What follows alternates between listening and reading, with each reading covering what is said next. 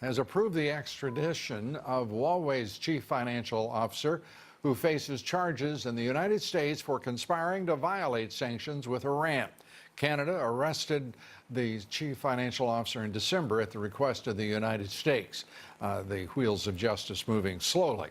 And the Pentagon says the United States will be announcing an end to large-scale joint military drills with South Korea. This comes as part of the president's America First policy towards North Korea and his continued negotiations with Kim Jong-un. The president views the exercises apparently as too costly for the United States. And joining us tonight is Dean Cheng. He's Senior Research Fellow at the Heritage Foundation's Asian Studies Center. Dean, good to have you with us. This is creating something of a stir in the foreign policy community, if I can put it that way, the establishment certainly. The president doing what he thinks is right to keep the temperature correct for further talks with Kim for denuclearization of the peninsula. Your thoughts? Well, I have to admit that on this issue, I tend to actually agree with the establishment, mostly because what we are seeing is the U.S. making an important concession. These very large-scale joint exercises allow both U.S. and South Korean forces to practice defensive operations. And what have we gotten, especially after the second summit, from the North Koreans? We did not get a list of nuclear materials. We did not get a list of nuclear facilities or equipment. So it seems like we're giving something for nothing. And let me note here, the North Koreans are in the middle of their winter training cycle involving exercises up to perhaps 1 million troops.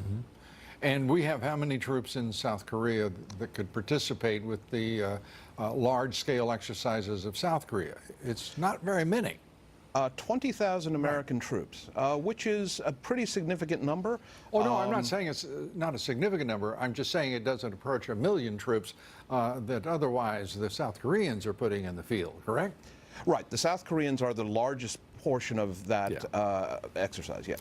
So there are a number of questions that spring from this, and I understand the difference of view in part because the establishment does what the establishment does. It creates a status quo and then adheres to it in perpetuity.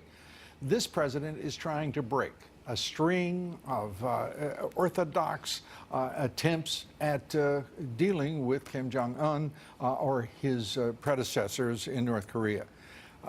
You mentioned the second summit. It's only been over for 2 days, and we're trying to assess the impact of this. This is, it would be like turning to 1985 to assess how well Reagan is doing in coming to terms with Gorbachev and the end of the Soviet Union, don't you think?